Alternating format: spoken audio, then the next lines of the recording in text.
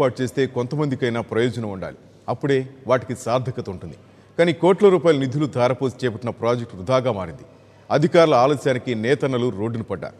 సర్కారుకు ముందు చూపు కొరబడితే పరిస్థితి ఎలా ఉంటుందో మీరే చూడండి.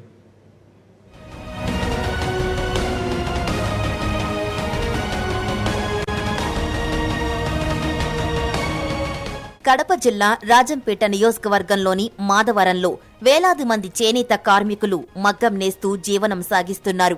ఇంటిళ్లపాది కష్టపడినా పూట గడవడమే కష్టసాధ్యంగా మారింది. వృత్తిని నమ్ముకుని జీవనం సాగించలేక కూలి పనులకు వెళ్లాల్సిన దుస్థితి ఏర్పడింది. ఈ తరుణంలో చేనేత కార్మికులకు చేయూతనిచ్చి ఆదుకోవాలని అప్పటి వైఎస్ఆర్ సర్కార్ భావించింది. జిల్లా సమగ్రాభివృద్ధిని ఆకాంక్షించిన వైఎస్ఆర్ సర్కార్ కోట్లాది రూపాయలతో పలు ప్రాజెక్టుల్ని ప్రారంభించింది.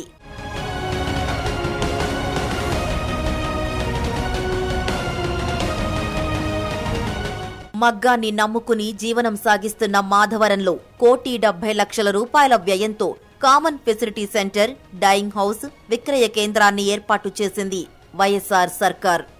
అన్ని హంగులతో ఏర్పాటైన Madhavaram handloom cluster common facility సెంటర్ను 2010లో అప్పటి కేంద్ర చేనేత జౌళి శాఖ మంత్రి పనబాక లక్ష్మి అట్టహాసంగా ప్రారంభించారు. నేత కార్మికులకు సరికొత్త డిజైన్లలో చీరల్ని నేసేలా ఏర్పాట్లు చేస్తామని, తక్కువ ధరకే నూలు మగ్గాలను అందిస్తామని ప్రకటించారు.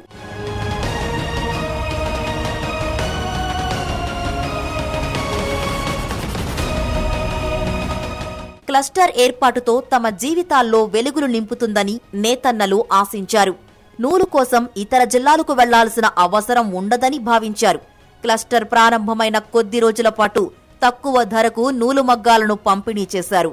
సరికొత్త డిజైన్లపై నేతన్నలకు అవగాహన కల్పించేందుకు కొంతమంది నిష్ణాతులైన శిక్షకులను, వీరి పర్యవేక్షణకు క్లస్టర్ అధికారిని కూడా నియమించారు.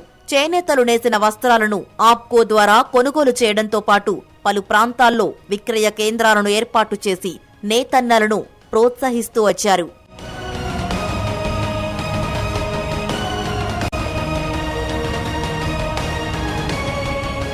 అన్ని హంగులతో ఏర్పాటైన మాధవరం క్లస్టర్ రాజకీయ గ్రహణంతో మూడ్నాళ్ల ముచ్చటగా మారింది.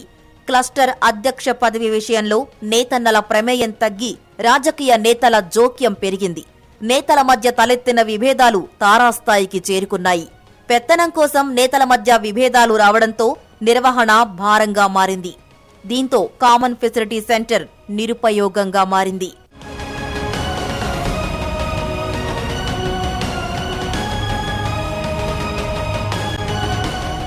ఉపాధి కల్పిస్తుందన్న క్లస్టర్ మూతపడడంతో కార్మికులకు మళ్లీ కష్టాలు మొదలయ్యాయి. నూలు, డాబీ, మగ్గాల కోసం తిరిగి పొరుగు జిల్లాలకు వెళ్లాల్సిన పరిస్థితి వచ్చింది. నేసిన దుస్తుల్ని అమ్ముకోవడానికి నానా ఇబ్బందులు పడాల్సి వస్తోంది. ఇప్పుడు మాధవరం క్లస్టర్ అసాంఘిక కార్యక్రమాలకు అడ్డాగా మారింది.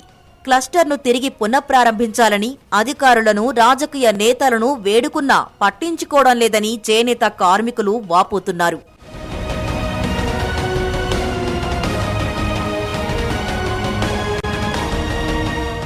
ఎంతో ఉన్నతమైన ఆశయంతో ఏర్పాటు చేసిన క్లస్టర్ మూతపడడంతో నేతన్నల ఆశలు ఆవిరయ్యాయి. ఏది ఏమైనా నాటి సర్కార్ ముందు చూపులేని కారణంగా కోట్లాది రూపాయల నిధులు వృధా అయ్యాయి. ఇప్పటికైనా క్లస్టర్ను పునఃప్రారంభించాలని నేతన్నలు వేడుకుంటున్నారు.